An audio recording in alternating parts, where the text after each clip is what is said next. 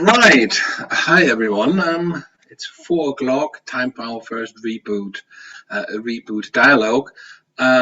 It's been a long time in the making, and it has changed a lot over the last 12 months. Initially, the idea was to have an immediate response to Corona and the lockdown.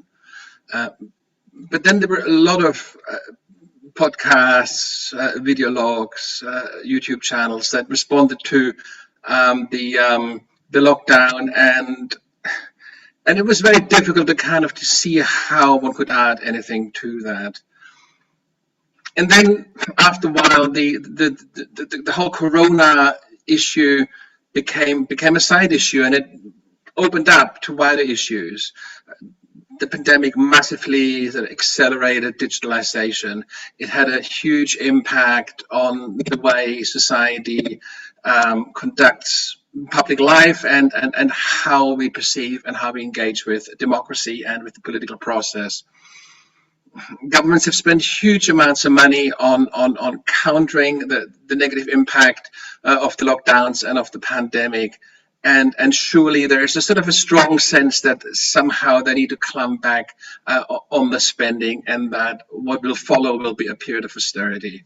At the same time, in the beginning, there was some hope that at least climate change would be a beneficiary with the closing down of factories and travel arrangements and so forth. But even here we have seen that in the last 12 months, actually, it has rebounded massively. And if anything, we are polluting as much as we've ever done, if not more.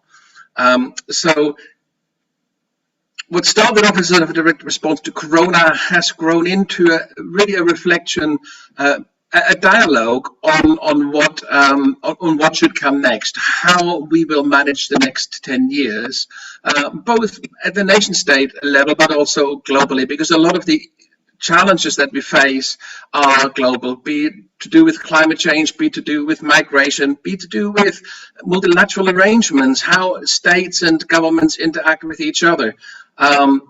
Humanitarian issues, how we deal with the growing disparity between rich and poor. Reboot 2030 is trying to start a dialogue, what we call initiates narratives of struggle, where we invite people from across the political, well, not so much across the political spectrum, but across the spectrum of public life. Activists, thinkers, innovators who are working as we speak on really rather innovative ways forward, ideas of how to make things better. Reboot is not a platform to showcase or launch new initiatives. There are incubator platforms, there's all kinds of, and of course Facebook is full of this. What we do want to do is provide some continuity to follow activist leaders, people who take a longer term perspective on bringing about fundamental change, following these people over a sustained period of time. So obviously we can't force people to stay in the dialogue, so there will be churn. Some people will come, some people will leave. But I believe that over the next 6 to 12 months, a group of 10, 15, 20 thought leaders, activists, thinkers will crystallize, will come together to share with us their journey towards a better world. Let me, one last thing, just for housekeeping, Reboot 2030 is a democracy school initiative, and if you want to find out more about the Democracy School, go to www.democracyschool.com.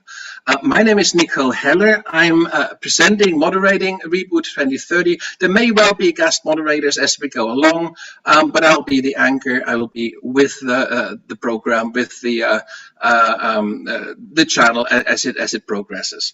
Now, let me welcome our first ever guest here. To the channel, see how this works. Yeah, I think he is joining now. This is Chris Hammer. Chris is a theoretical physicist by training, and he has had a very fulfilling and long academic career. He's also been in the past. He's been the National Secretary of Scientists Against Nuclear Arms. He has a long track record in campaigning. Hi, Chris. How are you doing? I lost him again, so I hope he will come back soon. Yes, so Chris has a long history of campaigning for peace and reconciliation. He's been National Secretary of the Scientists Against Nuclear Arms, and more recently was involved in setting up the Coalition for a World Security Community. Chris will tell us in a moment a little bit more about this. I hope he will come back online anytime soon now. Okay, I don't know what happened, Chris. Let me just see. I might be able to text him here. I don't know why he's gone. I hope he's back in the waiting room. Okay, so we are waiting for Chris. He was briefly here, but he vanished. Okay, so not sure what to do. Let me see whether I can just invite him once more. If I go here to participants, and then I should be able to invite Chris once more. One moment, let me see how I do this. Okay. Okay. So now email. There he is. Thank God he's back. Okay, that's very lucky. I hope he's coming back now. I hope he's coming back. Chris, are you coming back? Yes, there's something is building up here. I am glad. Let's just see whether it's Chris Hammer. Okay. There he is. Chris, we lost you there, and we can only see half your face. Could you turn your monitor just down a little bit? That's much better. Thank you very much. Welcome to Reboot 2030. How are you? Can you hear me? Fine. I'm just having a bit of trouble getting control of this thing. Right. Okay. I think you're all set now. Chris, I was just saying a few words about Reboot and how this came about, and I was just introducing you very briefly. I was saying that you are by trade a theoretical physicist, that you've had a long and fulfilling academic career, that during that career you also were the National Secretary of Scientists Against Nuclear Arms, and that you have a long history in campaigning against weapons of mass destruction, really, and, or more broadly speaking, for peace and democracy. And that in 2018 you set up, or have been involved in the setting up, I should say, a very innovative project that consists of the Coalition for a World Security Community. And I should add, a World Security Community of democratic nations. And I think this this add-on is really quite important, well, because we have a coalition of World Security Community, we call it NATO, but it kind of is a mixed bunch, isn't it? And so to set up something that really acts in defense of democracy and our liberal values is just I think is something you care deeply about. Chris, let me hand over to you. Maybe you could just briefly introduce yourself a bit more thoroughly, say a little bit about your background and how you got involved with the Coalition for a World Security Community. Okay, well, thank you very much, Nico. I'm very glad to have this opportunity to present my views. And I have to congratulate you on this new venture. This is a great idea and rather exciting. So it'll be interesting to see how it works out. Yes, as you say, I'm a theoretical physicist by trade. And I guess physicists feel a certain special sense of responsibility for the problem of nuclear weapons. And that got me first out on the streets carrying a placard in the mid-80s, when the fear of nuclear weapons was at its peak. And I've gone on from there to be involved with the World Federalist Movement and now this Coalition for a World Security Community, which I'll talk about. So let me just set up a bit.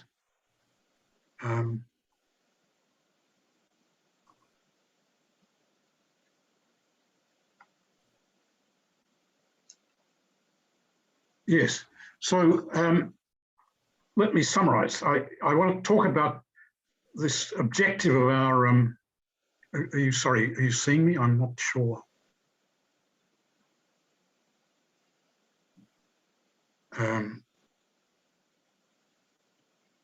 Okay. There we are. I'm just setting up my cheat sheet here. I want to talk about this objective of ours of a world security community of democratic nations. So I'll first give the immediate motivation, which is countering autocracy. And then I'll give the long-term motivation, which is better global governance, which in fact is just a mealy mouthed way of saying world federation. Thirdly, I'd like to talk about the European example, which should be of interest to you guys in Europe. And fourthly, a brief outline of our scheme, and that'll be about all the time I've got. So let me first look at the immediate motivation, which is countering autocracy. So in China, in recent years, we've seen President Xi Jinping exhibit all the characteristics of a classic dictator. He's held military parades with missiles, flags, straight arm salutes. He's got 1 million Uyghurs in re-education / concentration camps. He's undertaken stern repression of any sign of dissent, either by putting people in prison or even executing them. He's just recently suppressed democracy in Hong Kong, despite an agreement with the British. He's fortified inlets in the South China Sea along this 9-dashed line in defiance of international law, the ruling of an international court. And he's currently engaged in making himself president for life, evading the restriction of 2 terms as chairman. Well, that's not enough. Just recently, the problem of Taiwan has come up. So he's explicitly promised to reunify Taiwan, the thriving democracy in Taiwan, with the mainland. And he's promised, by force if necessary, he's promised to do it by 2048, which is the 100th anniversary of the communist takeover. And analysts estimate that he's going to try and do it while he's in office, so by 2028. And I've seen some analyses that say he may even be ready to go within about 3 years. And the same analysts say it's going to be awfully difficult to stop him. So the US and Japan have promised to defend Taiwan against any forceful attack, but analysts say they might well lose the battle. So this is a rather terrifying prospect. It could mean basically the outbreak of World War III, if you like. So what do we do about that? Well, it's clear that if we're going to stop it, or try to stop it even, the world's democracies have to work together. And if the major democracies all got together, they dispose of something around 2/3 of the world's GDP, 2/3 of the world's military expenditure, and that should be enough to deter Xi Jinping and dissuade him from any actual aggression against Taiwan. So we're proposing that they should form a global alliance, a world security community for this purpose. So that's the first motivation. That's the immediate motivation. The second motivation is the long-term motivation, better global governance. So at this point, I tear off my whiskers. I'm a world federalist. So humanity in general faces some very serious problems. They seem to get more serious by the year. So number one these days is global warming.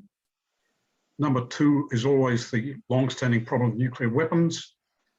And then the list goes on and on. There are sargasso seas of plastic in the oceans. We've seen species extinctions by the hundred. We've got refugees. We've got about 80 million refugees and displaced persons, a number greater than the population of France, and so on. How do we solve those problems? Well, we obviously need all to work together to solve them. And basically, that's the function of government. The function of government is to meet the needs, the common needs of a society, and solve the problems. And that's true whether it's the local level, the national level, the regional level, or now the global level. And therefore, to deal effectively with all these problems, we really need some form of world government, to put it plainly, which would naturally take the form of a democratic world federation. And the present UN is obviously not sufficient. They're doing the best they can, but it's not enough. Well, that's been crystal clear to me as long as I can remember. I don't think you really argue with that logic. However, the World Federalist movement has existed ever since World War II, campaigning for this objective without success. So we need to box clever. We need to find better ways of achieving that objective. What's the basic problem? Well, a fundamental principle of any world federation has to be democracy. We have to make sure there's no possibility of a world tyranny or a world autocracy. That would be catastrophic. So it has to be democratic.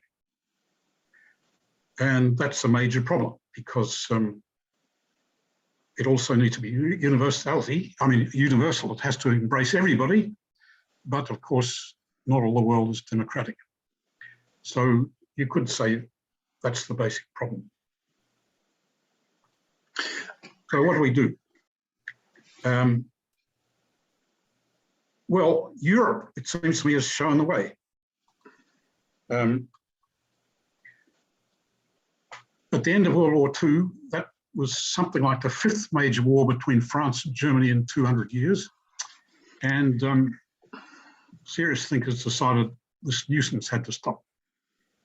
And they realized the way to do it was to integrate the nations of Europe. So Jean Monnet and his collaborators formed a scheme basically to form a European federation from the start.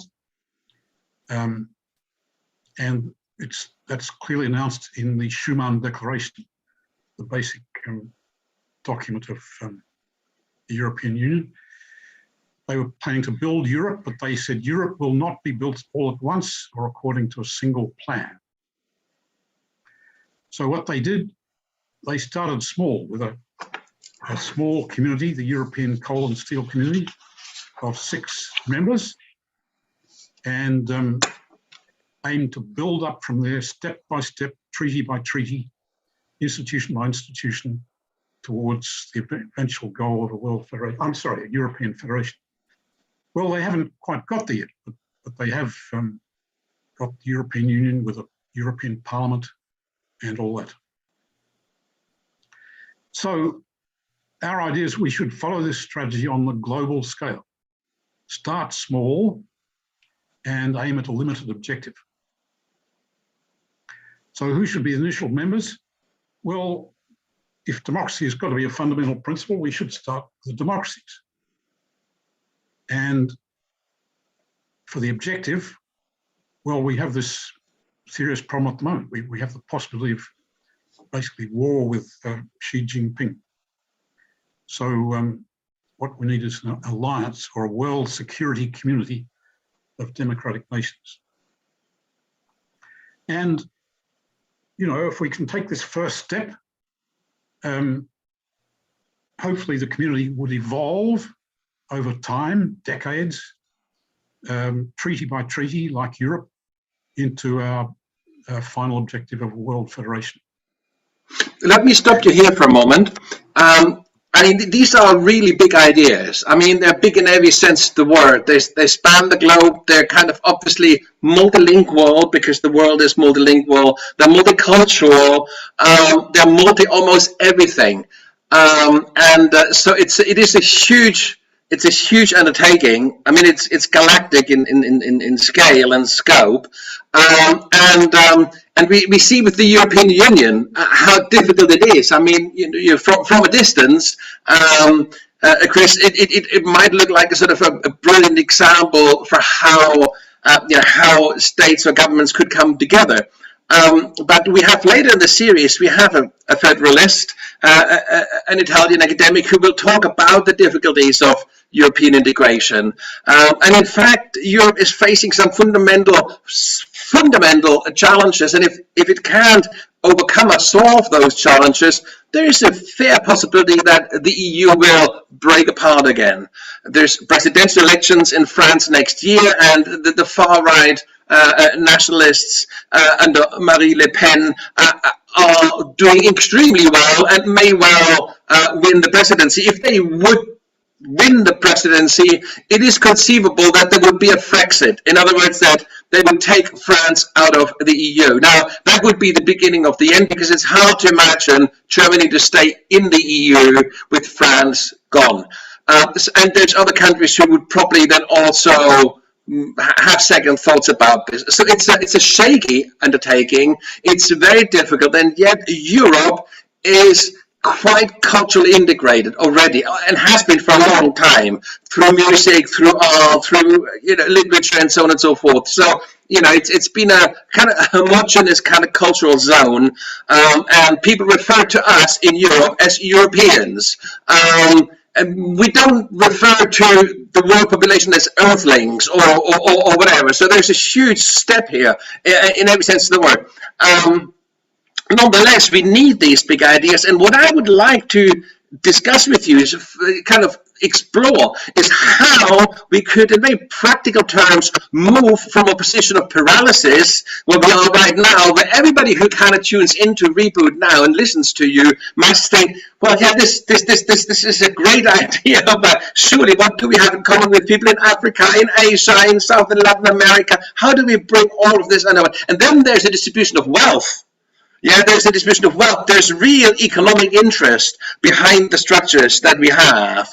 And how do we break this open? How do we redistribute more fairly, and so on and so forth? We don't manage to do this really very well within the EU, but imagine on a global scale how difficult that would be. So what interests me is I'm not discarding the idea out of hand. I'm not saying, oh, well, this is just pure sheer idealism. Let's forget about this.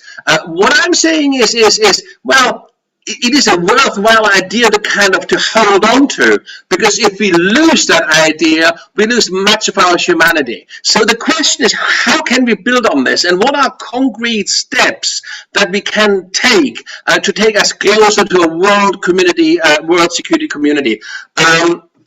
Chris, can you kind of give us like a sort of a kind of a, if you like, a roadmap over the next 1, 2, 3 years, very tangible steps that your organization, your movement is pushing for, that will bring us a step closer?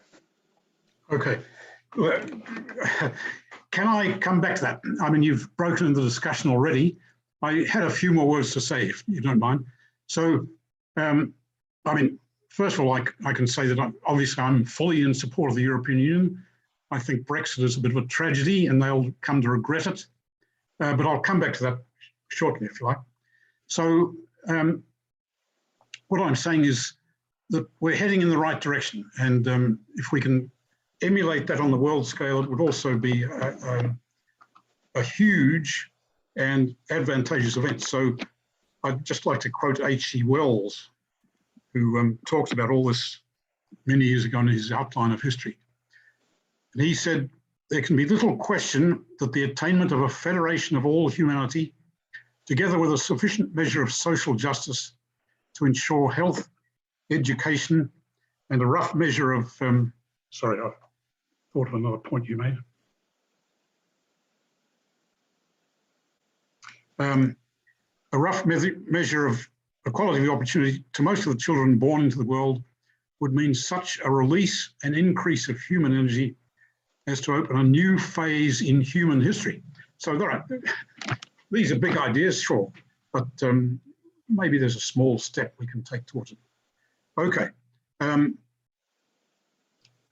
our proposal, I just want to say a few words about what we'd like to see. The bare bones, a community on the European model. So as I say, Europe has given us the model. I won't go into details, but they've invented the idea of qualified majority voting, which means that you don't get tangled up with vetoes by individual nations who object to something. It should include a parliamentary assembly, which will be the prototype of an eventual world parliament. It should include a court, which will be the prototype of an eventual global legal system with binding laws. And just as Europe did way back with the ECSC, the members should make binding commitments to defend each other against any external attacks. So it would, at the basis, be an alliance, like NATO, if you like. And they should make binding commitments not to undertake military actions against non-member states unless authorized to do so by the Security Council, which is international law at the present. Now, the advantages of that would be, it would give an ironclad, or as ironclad as it may be, guarantee of security for all its members. It would undertake, well, it would be a close partner with the UN in peacekeeping and peace building in the wider world. So it would give great new powers in that regard. It should allocate structural adjustment funds to bring less advanced members up to parity with the others. In other words, it should adopt the principle of solidarity like Europe has done. The fact that it's subjects itself to the Security Council in the wider world means that it should be possible to avoid any new Cold War with China or Russia. And as I've been arguing, it should be a big step forward towards better governance in the future. And finally,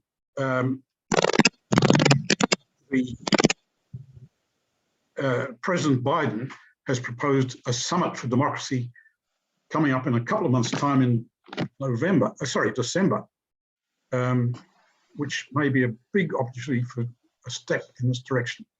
So he's proposed a global summit for democracy to renew the spirit and shared purpose of the nations of the free world. It will bring together the world's democracies to strengthen our democratic institutions, honestly confront nations that are backsliding, and form a common agenda. So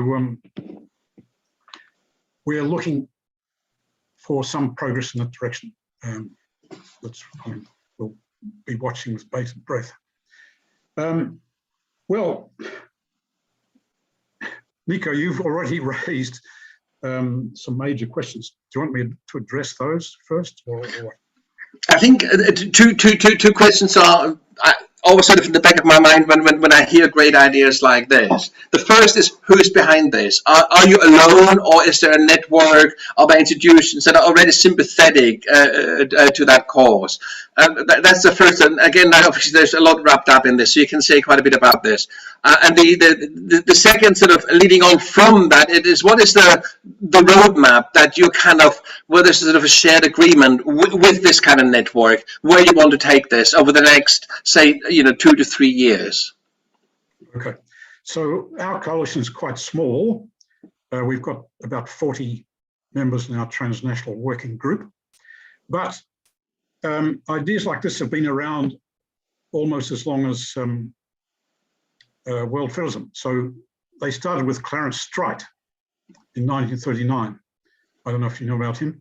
He wrote a book called Union Now, calling for union of the democracies to fight fascism at that time. And then after the war, he advocated the union of democracies to fight communism. And in the last edition of his book, he went right along with us. He said it would advance freedom in the world and be a basis for a democratic world federation, basically. And a whole Atlantic movement, so-called, has built up over the same time. NATO, if you like, is an expression of that in 1949, was it?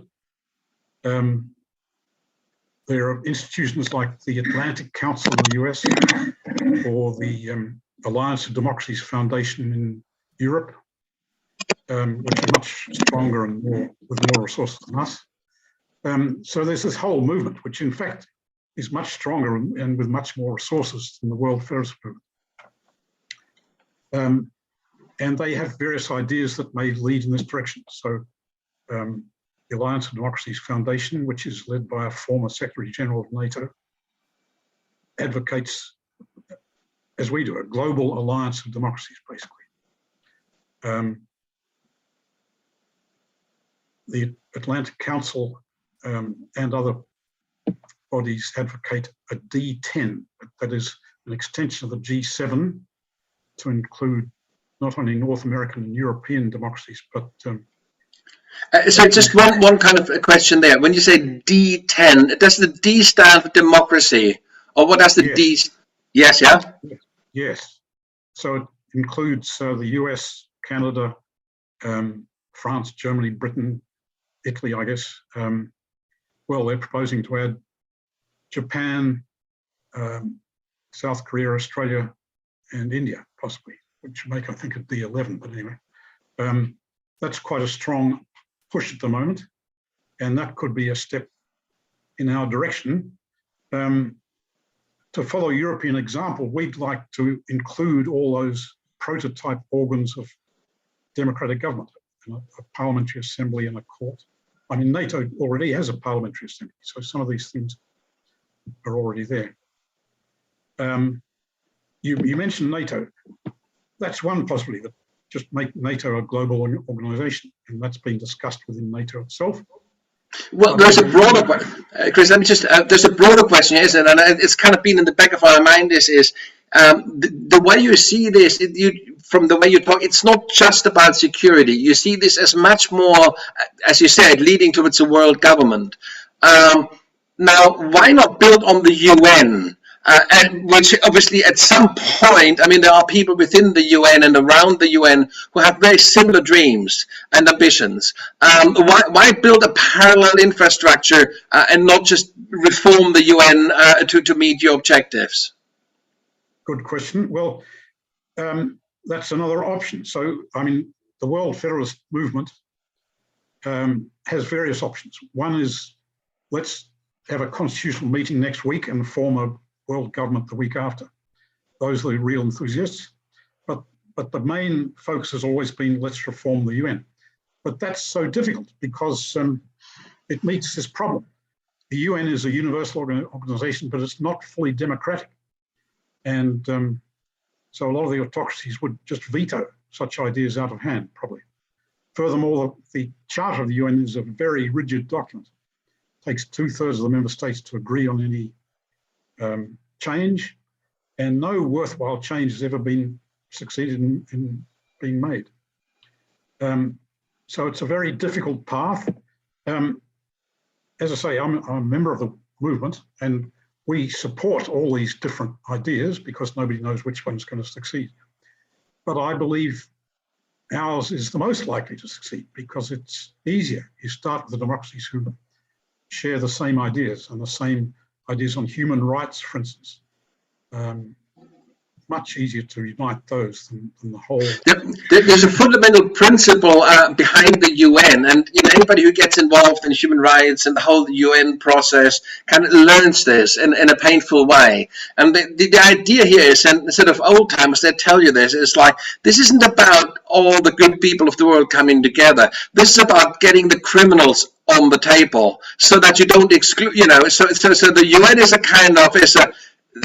intentionally inclusive organization that says, well, we would be losing our purpose if we would exclude non-democracies, if we would exclude dictatorships and failed states and all the rest. So the idea is when we have them on the table, we may not get our way, but we might get some of the way, and we might be able to somehow mitigate some of the really bad stuff, and we might be able to prepare and do things around it to mitigate. So the UN not as a kind of a perfect world, but as a kind of a mediator between the democracies and other regimes.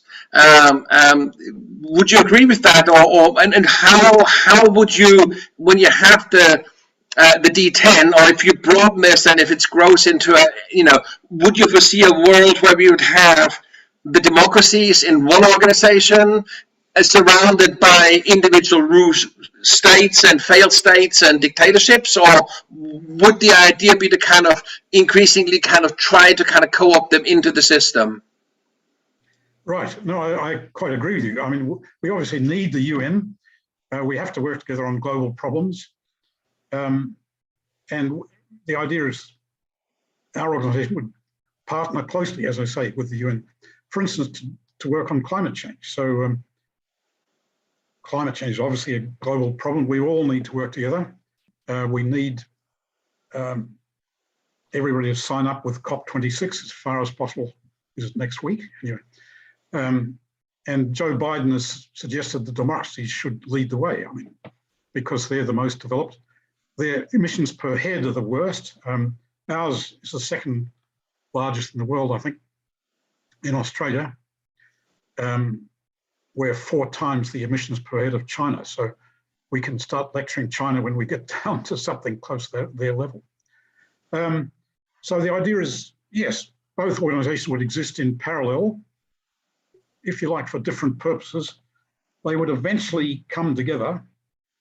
This, as I say, will take decades when everybody becomes democratic. So the hope is that democracy will become a universal principle in time, over probably many decades. We'll probably have to see the last of the present dictators, Vladimir Putin, for instance, before we get there. But Arab Spring and so on, it's shown that it's an ambition for everybody around the world. And going back to one of the questions you asked, what do people around the globe, what do people in Africa and Asia share with Europe, say? Well, we're all human beings. We all have common needs. We all want peace. We all want prosperity. We all, we're all the same in many fundamental ways. And that's what government is for, to deal with the common needs of the society. Now, another problem that I see with big ideas is that we very often discuss them in the abstract, and at best at the level of policy or at the level of international law. But this makes it very difficult for a lot of people, I'd probably say for the majority of people, to get involved, because they want something to hang their hat onto. They want something concrete. They want to do something. So my question is what can we do? I mean, how do you get involved, with the world security community, and what would an activist kind of day look like in that movement? What do you do, kind of like and how do you kind of look back, at a day's work and say, well, we have done well today, we've moved on a step. How do you kind of how do you deal with that? Okay, well, I mean, what you do is go to our website and join up with our working group. But the idea is we want to link up, first of all, with other like-minded organizations. So I've mentioned the Atlantic Council and the Alliance of Democracies Foundation. We'd like to get some sort of voice at the Summit for Democracy. And so the US State Department has invited various civil society actors to join in a working group under their sort of overall supervision and submit proposals to the summit. And we've just in the last few days managed to penetrate that maze and get signed up to a working group. Excellent. And I mean, basically what I'd like to see is, again, follow the European example. So a group of the major democracies decide they want to unite or form this global alliance. I should go back. Well, there's so many things. You mentioned NATO. One easy way would be to let NATO become a global alliance with members in the Indo-Pacific. But as far as I understand it, that has been ruled out already by France and Germany. They want NATO to stick to its knitting, look after European security, guard against Putin's, aggression against Ukraine and so on. So it looks like that's not going to happen, at least in the near term. But the major democracies could decide to form a D10, we've mentioned. They could decide to set up an institution such as we're advocating, and they could, following the European example, set up a commission of some sort to draft a new treaty to set up this institution.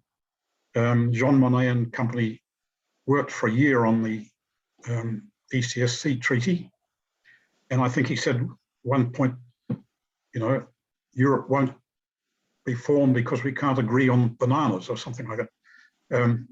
They dealt with a lot of difficulties at the time. So we'd like to see a commission set up to work on a treaty. That would be the basic. So now, what's interesting is you call yourself a coalition for a world security community.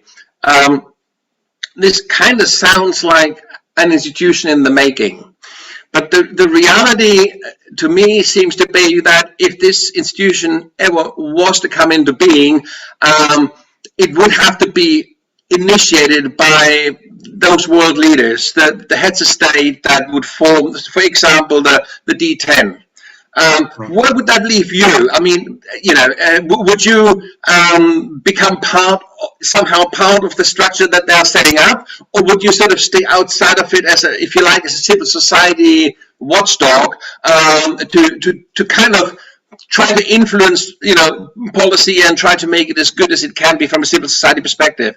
How do you see these pieces fit together? I mean, of course, one is campaigning, lobbying these governments for them to kind of take this idea serious and to move in that direction. But if they ever were to do that, and one hopes they will, then obviously they go for closure, and you look out, because then it's big boys business, and then they have their own policy honks in their own ministries, in their own departments, in the foreign ministries and so forth, who will do that work. And where does it leave you? I mean, how do you fit into that structure? Well, that's right. So basically, the officials would be in charge of it. We would like to have our input. So, as I say, President Biden has actually invited civil society input, which is a great thing. We would like to be involved as far as we can. So we'd like to draw up proposals, study ideas, to make this concrete. ideally, we'd like to be involved in this commission I've mentioned, but that won't happen, of course. They'll leave it to the pros. But we could at least draw up papers or templates or study aspects. It'd be great. So unfortunately, I mean, you're right, it's a top-down idea we're talking about. So we're talking about an institution between heads of government, if you like, proposing things. Whereas we're a NGO, a bottom-up organization from society. So it's hard to see exactly how we could be concretely involved, but we could be make studies. We could give them ideas and hopefully. As a campaigning organization, really campaigning around these issues. Yes. And I mean, it's a bit like, like human rights organizations like Amnesty. I mean, they will campaign, they will, and so on and so forth. But at the end of the day, it's going to be that's called human rights who will make decisions on the status of particular crimes and all the rest. Yes. So yeah, that makes sense. But sort of a last question. I mean, you're talking a very long time frame, sort of glacial, and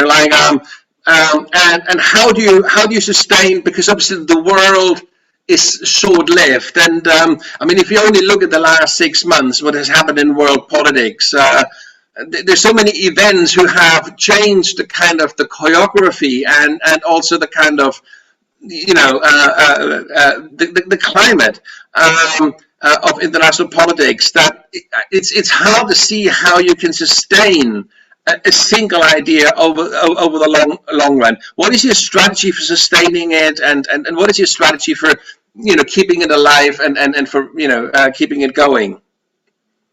Well, again, I mean, I'm sort of fixated on the European example. So there are lots of if you like, civil society organizations pushing these ideas continuously. So Jean Monnet set up an action committee for a United States of Europe, right? Which existed for 30 years or so. And well, there are all these other actors, Antonio Spinelli, what have you, who pushed for the European idea. And they achieved, first of all, the Treaty of Rome, Treaty of Maastricht, stage by stage. So it took decades, still taking decades. And our ideas would also take decades. So Freeman Dyson, another physicist, predicted it might take 50 to 400 years. So hopefully 400 years is a pessimistic estimate. 50 is maybe optimistic, who knows. But we have to be prepared for the long view. And having an institution to work with, start with a community or something, that gives you something fixed to work with. And then you look to the next stage, the next treaty. And you add functions. So in Europe, you started with the coal and steel community. The idea being that these were the sinews of war, right? And if you could unite those industries, you could hopefully prevent any further wars. Well, this is the thing, isn't it? It's like in Europe, well, not just in Europe, but globally, but you had the Second World War, and you had the Holocaust, and you had all the unbelievable, cruelty and inhumanity that is associated with all of that. Millions upon millions upon millions of deaths, and inhumanity. I mean, it had a deep impact on all spheres. I mean, there was movements in the arts in the 1950s asking how can we make art after what happened in the Holocaust and in the Second World War. There was, of course, the UN was set up as a never again organization, and of course a lot of institutions were set up in that vein, from the World Health Organization to the World Trade Organization, from the European Union, of course, and many more. I mean, to put it bluntly, will it take another war to kind of move closer to to a kind of a coming together that you have in mind? Is this possible during peacetime? Would the EU ever have happened if the Second World War hadn't happened? Would the UN ever have happened in that way if the Second World War hadn't happened? The same could be said for human rights in general and for international law. I mean, there was such a massive momentum generated by this terrible event, or these events in the 20th century. Now, how do we, in this kind of world of sort of distributed conflict, not a single major atomic bomb in Hiroshima or Nagasaki, but loads of chemical weapons here and there and this and that, and maybe a mini nuke somewhere as well, but not big enough to really kind of create a world conflict, but more than big enough, to really disable sort of local conflict. How do you deal in this distributed, diffuse world? How do you galvanize in the way we have been able to galvanize, like after the Second World War? Right. Am I? No, I'm not muted. Yes. Well, that's the pessimists in the World Federalist Movement say that we'll need a World War III before we'll get any world federation. Well, I mean, I hope that we're a bit more sensible, that we can do better than that. And so do I. Yes, of course. Absolutely. And that's our idea. That's what we're aiming towards. The threat, I mean, as I say, the Taiwan conflict could develop into World War III in the worst case scenario. And those of us left in the smoking wreckage might eventually see sense. I mean, the way you started off, and Chris, the way you started off, and I found that very interesting, is that you focus very strongly in your kind of threat analysis on China and what's happening in the South China Sea, and what's happening with Taiwan and with Hong Kong, what has happened there, and that whole, and what happens within China, the unfolded genocide and all the rest. You were very explicit about that. So, is this part of the strategy to sort of say we need to galvanize around specific geopolitical developments? Because if we don't, then it stays abstract. But if we are saying here is a kind of developing conflict that could spill into a kind of a world war in the extreme case, then obviously that generates momentum for a D10, that might generate a momentum for giving that D10 some kind of teeth, including military teeth, that NATO globally does not want to take on, because as you said, the Europeans want to focus on the kind of Europe and the whole, the old Cold War kind of scenario. And is that part of the strategy? Is it to say, well, we need an enemy, we need a threat, and we name that enemy as China, and we need that threat as a potential escalation of conflict, around Taiwan? Is that part of the strategy, part of the picture? Well, yes. I mean, this is not a good thing, but the threat, if you like, does give us an opportunity. So obviously the democracies are scared, if you like. They're worried about this problem, so that gives them a motivation to get together, which I mean, we would advocate anyway, but this is maybe an opportunity, and the Summit for Democracy is the particular opportunity.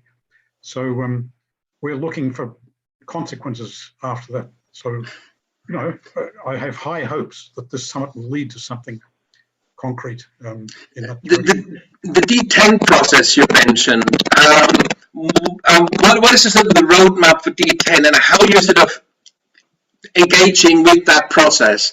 I'm saying this with a sort of a thought in the back of my mind. It would be very interesting to invite you back to Reboot, a bit further down the line, and to sort of see how you get on, whether you're making any headway, how your relationship with D10 is developing, whether there's some kind of informal kind of alliance forming, because you could be very useful to a D10 as a civil society partner. It makes it look less like a top-down thing, doesn't it? It legitimizes, it brings a democratic element to what potentially, as you said, is a top-down situation. What is the roadmap there for D10? How are you hoping to engage with that roadmap? And what would be a good time for us to get together once more and to sort of see how that develops?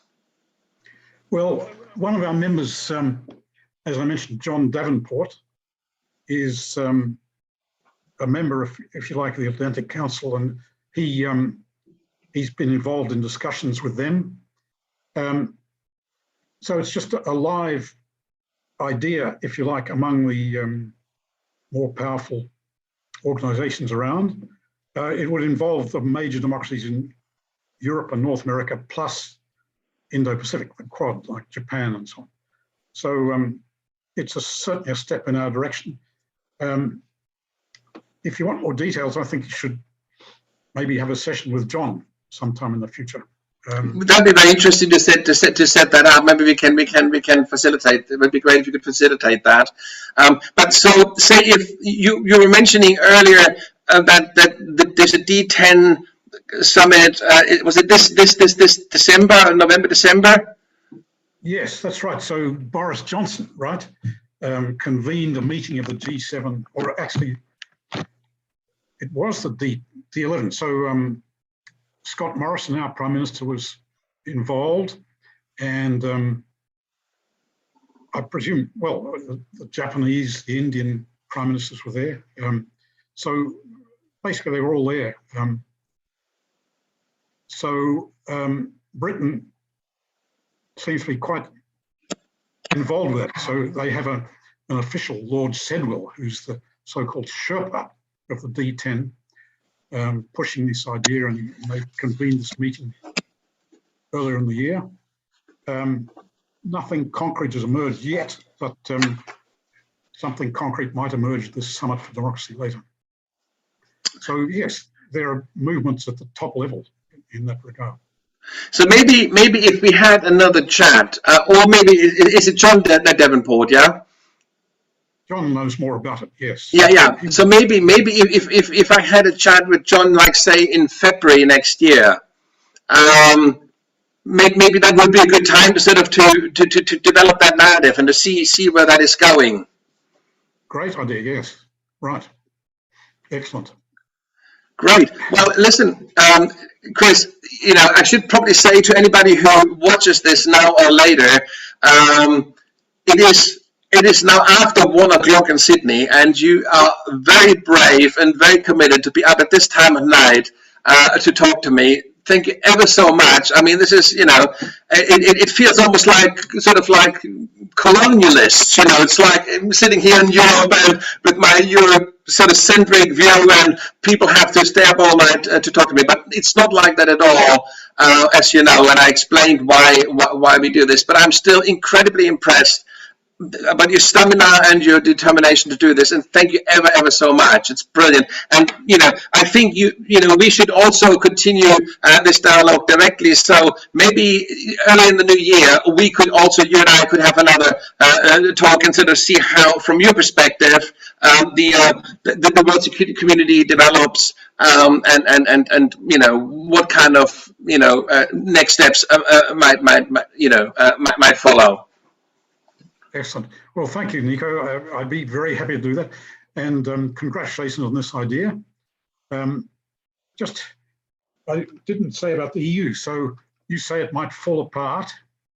I would say, it's got political ups and downs, but let's cross our fingers and hope it continues. It's made some mistakes, obviously, but the big objective, we can hope there'll never again be a war between France and Germany. You have to look at that's of course that is the core of the European Union, and people forget that because it did start, as you said, as a sort of a coal alliance, energy alliance, and of course the idea was to intermesh, to kind of integrate kind of the economies of European nations so directly, so closely that they could never fight each other because the economies were so interdependent. Exactly. And this has, of course, led to a misunderstanding that people think, it's just neoliberalism, and it's just about capitalism and all the rest. And of course, the Brexit lot in the UK have greatly exploited that, and of course Marine Le Pen is going to try to do the same in France. And it's very important that people like us kind of keep drawing the attention to what Europe really is about, and also the role it can play globally. So I couldn't agree more. I'm a federalist myself, I should say. And so I'm totally with you on all of this. It's just sort of when you sort of sit in Europe and you see the squabbles and you see the way they are not able to deal with the refugee crisis, for example, the way they are not able to deal with kind of the sort of like socializing of sovereign debt. The way Greece and the Mediterranean countries were subjected to German austerity in the post like 2008, and that crippled these countries for no other reason other than kind of trying to make these countries more like Germany. And you see this, and you see all the difficulties and the problems that the European Union has, and so.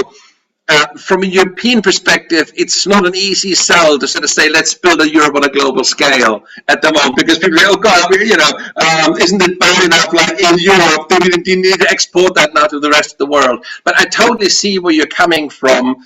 And yes, we do need a much stronger sort of multilateral culture, moving towards a federalist culture. There's no question about it. And I think the future of the planet really in the long term depends on that. There's no question. We're so interdependent. Pollution knows no national boundaries, and in fact, economic crisis doesn't know any national boundaries either. It all, and nor do viruses, as we now see with Corona. Again, there's a lesson there that we need to democratize health, across the globe. And in fact, health security could, in my view, would be a really important aspect to integrate or to include in your sort of world security community, because I think health is one of the issues where we really begin to feel very insecure very quickly. And it's not just the chemical weapons and the biological weapons, it's also man-made viruses, and it's also, of course, natural viruses. So I think you're doing a brilliant thing. It's a huge idea. It's very hard to get to get one's head around it.